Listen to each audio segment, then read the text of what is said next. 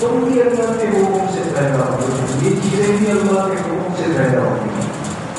قالوا له بنيانا، قوم نے غصے میں کہا کہ بناؤ اس نوجوان کے لیے ایک عمارت، ایک مینار بناؤ، فالو بالجحیم، اور پھر ان کو پھینک دو اس آگ کے اندر۔ فارادوا به کیدا، بس ان لوگوں نے پوری تدبیر کی، فجعلناهم الاسفلین، لیکن ہم نے ان کو ناکام کر دیا۔ اللہ اکبر، انہوں نے ایک تدبیر کی لیکن ہم نے ان کو ناکام کر دیا۔ وقال انی ذاہب الی ربی سیہدین، اور اب ابراہیم علیہ السلام نے اپنے قوم سے کہا کہ میں تو اپنے رب کی طرف جا رہا ہوں، یعنی تمہارے علاقے کو، گھر کو، ماں باپ کو چھوڑ کے جا رہا ہوں۔ سیہدین، یقیناً وہی میری رہنمائی کرے گا، ہجرت کر کے اس جگہ کو چھوڑ۔ تو ان آیات میں اللہ پاک نے ان کی قوم کا جو رد عمل ہے اس کو ذکر کیا، کیونکہ عقل انسان کے جسم میں بہت بڑی اہمیت ہے۔ اگر انسان اپنی عقل کی صلاحیتوں کو برباد نہ کرے تو یہ انسان کو صحیح اور غلط کا فرق بتا دے گا، لیکن اگر ایک انسان اللہ کی نافرمانی میں آگے چلا جائے تو نتیجہ یہ ہوتا ہے کہ اللہ کی ناراضگی کا سب سے پہلا اثر انسان کی دماغ کی صلاحیتوں پہ پڑتا ہے، سب سے پہلا اثر۔ لہٰذا اس کے پاس ظاہر کی ساری چیزیں ہوں، بول چال، سمجھداری، تعلیم، صفائی ستھرائی، سب چیزیں ہوں، دنیا کی خوب ترقی ہو، لیکن اس خانے نے کام چھوڑ دیا ہو، لہٰذا ساری چیزوں کے ہوتے ہوئے ایک ایسے غلط کام میں لگ جائے گا کہ جس کو فطرت قبول نہیں کرے گی، فطرت قبول نہیں کرے گی۔ اس لیے آج کی دنیا میں آپ دیکھیں جتنے مشرکین ہیں، ہمارے پڑوس میں ہندوستان جیسا بڑا ترقی یافتہ ملک ہے، اور جو کہاں کہاں تک پہنچنے کی بات کر رہا ہے کہ ہم نے چاند پہ بنا کر دیا، خلا پہ چلے گئے، بہت کچھ کر دیا۔ اب دیکھیں ساری چیزیں دنیا کی تعلیم کے ساتھ جڑی ہوئی ہیں، ترقی تو ہے، تجارت میں آگے، معیشت میں آگے، سیاست میں آگے، ٹیکنالوجی میں آگے، سب چیزوں میں آگے، لیکن یہی ترقی کہاں غائب ہو جاتی ہے کہ جب یہی انسان اپنے ہاتھ سے بنائی ہوئی مورتی اور بت کے سامنے رک جاتا ہے۔ پھر اس کی عقل اس کو کیوں نہیں کہتی کہ جو چیز اپنے وجود میں تمہارے ہاتھوں کی محتاج ہے اور تم نے جا کے اس کو دکان سے 100 روپے کا 500، 1000، 5000، 10,000، 15,000 یہ بتوں کی قیمت ہے، تم جا کے ان دکانوں سے اس کو خریدتے تھے، جو اپنے پیسوں کو خرچ کر کے خرید کر رہا ہے، اور پھر جب لا رہے تھے تو اپنے ہاتھوں سے اٹھایا، وہ خود چل نہیں سکتا تھا، پھر لانے کے بعد اس کے لیے گھر میں خود ایک جگہ بنائی، وہ وہاں سے حرکت بھی نہیں کر سکتا، کچھ بھی نہیں کر سکتا۔ کبھی تو اس کو باہر رکھتے ہو، کبھی کھانے پینے کی چیزیں رکھ دیتے ہو، کبھی پانی رکھ دیتے ہو، آج تک ایسا ہوا کہ اس خود نے اس پانی سے گھونٹ لیا ہو، کھانے کی کوئی چیز بھی ہو، اظہار کا خون سنوا ہو، کچھ نہیں۔ لیکن اس کے باوجود بھی اتنا ترقی یافتہ انسان وہ شرک میں مبتلا ہو، کیوں؟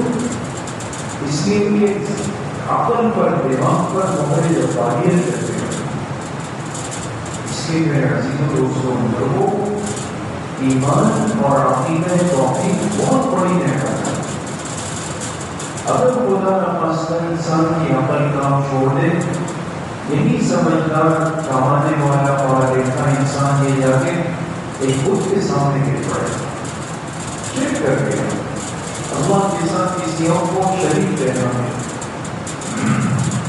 تو جب قوم آئی دیکھا کہ بت تو ٹوٹے پورے پڑے، سر ٹوٹے ہوئے، ہاتھ ٹوٹے ہوئے، پیر ٹوٹے ہوئے، تو آنے کے بعد بجائے اس کے کہ یہ سوچتے کہ جن کو ہم اپنا سب کچھ سمجھتے ہیں، معبود سمجھتے ہیں، جن سے ہم اپنی فریاد رسی کرتے ہیں، آج تو ان کی حالت ہے۔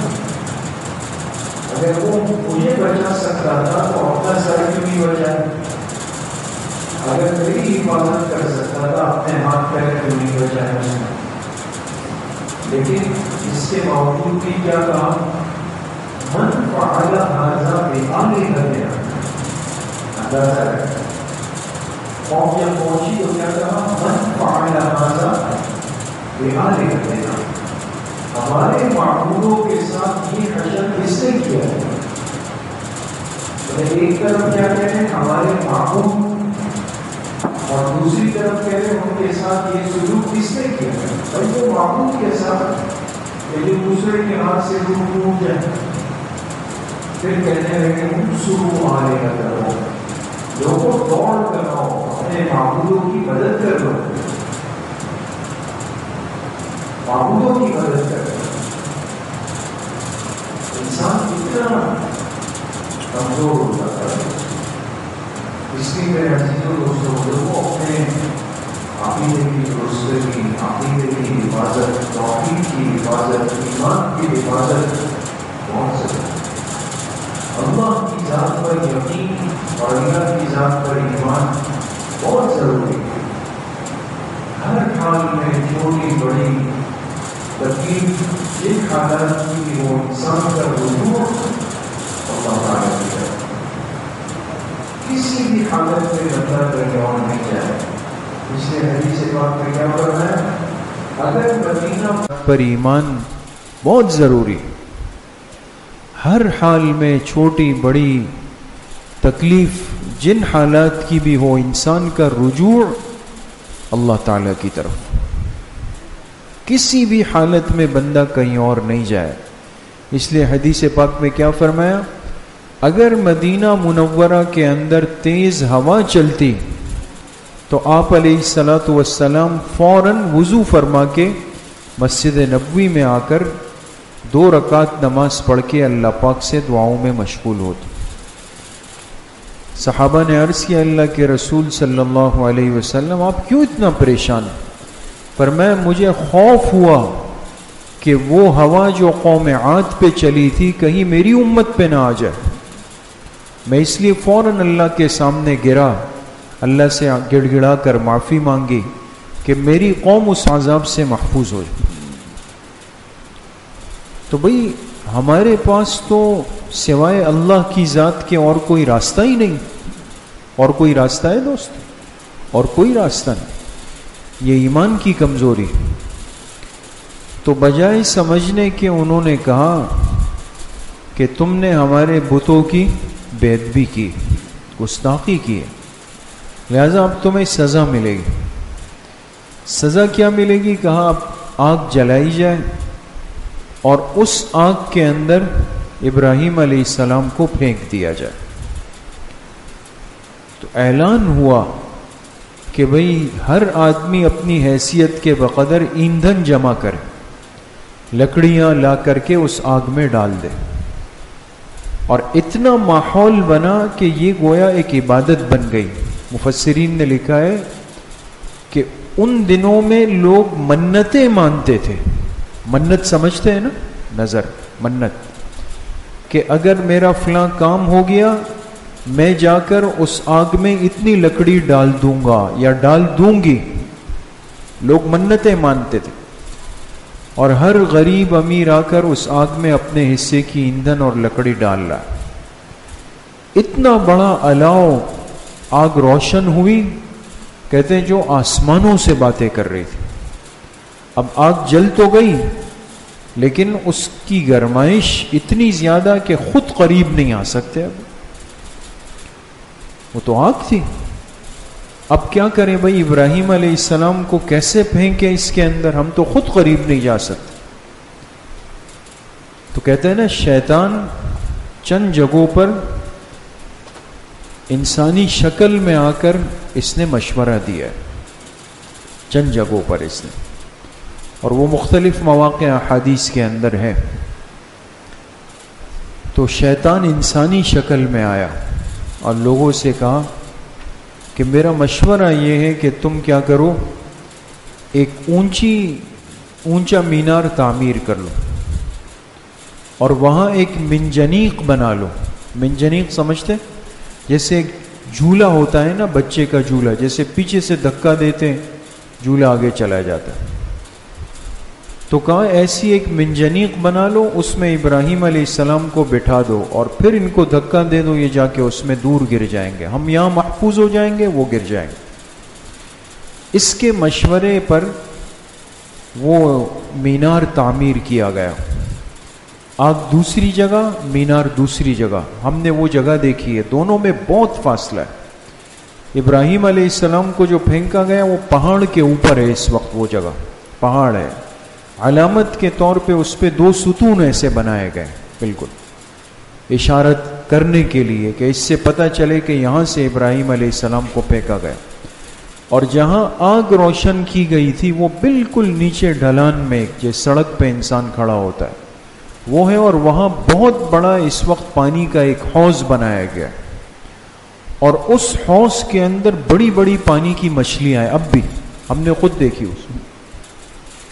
یہ ایک اشارہ دیا ہے انہوں نے کہ یہ وہ جگہ ہے کہ جہاں آگ اللہ کے حکم سے خاموش ہو گئی، اور وہ تو ابراہیم علیہ السلام کو نہیں جلا سکے، انہوں نے اس جگہ پانی کا ایک حوض بنا دیا۔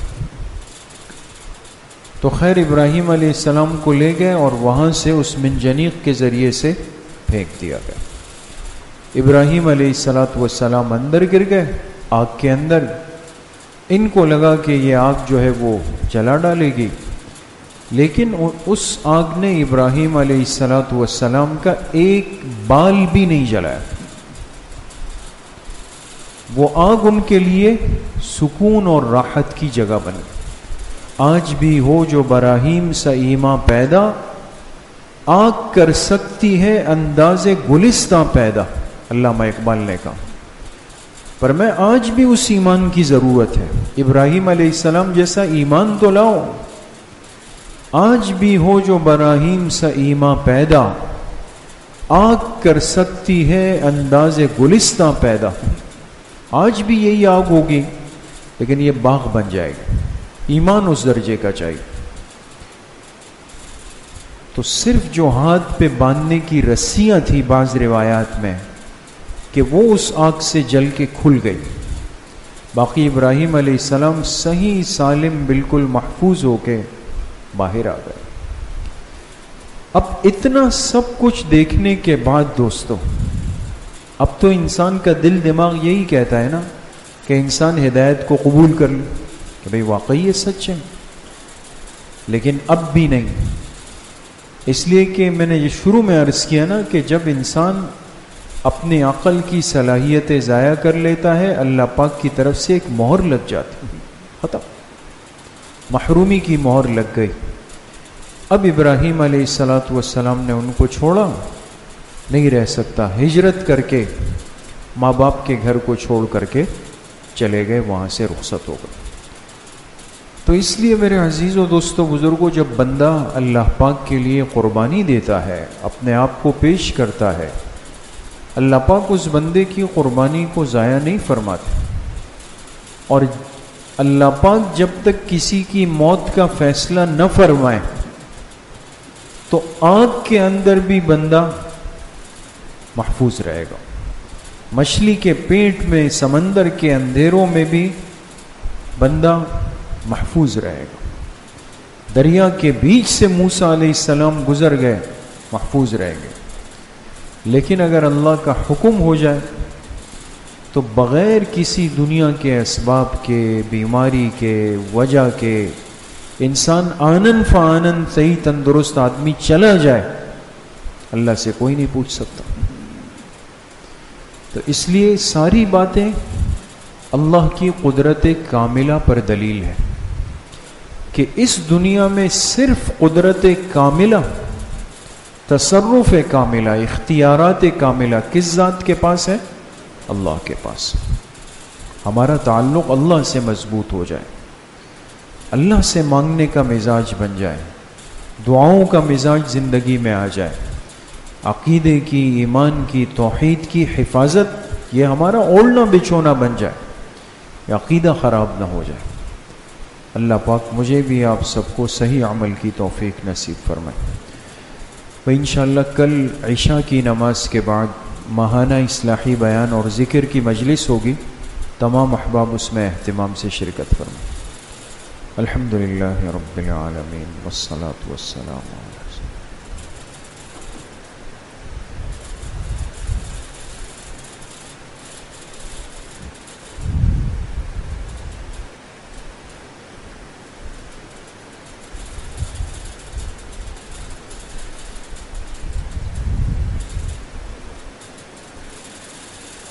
وصلی اللہ وسلم علی نبینا محمد وآلہ وصحبہ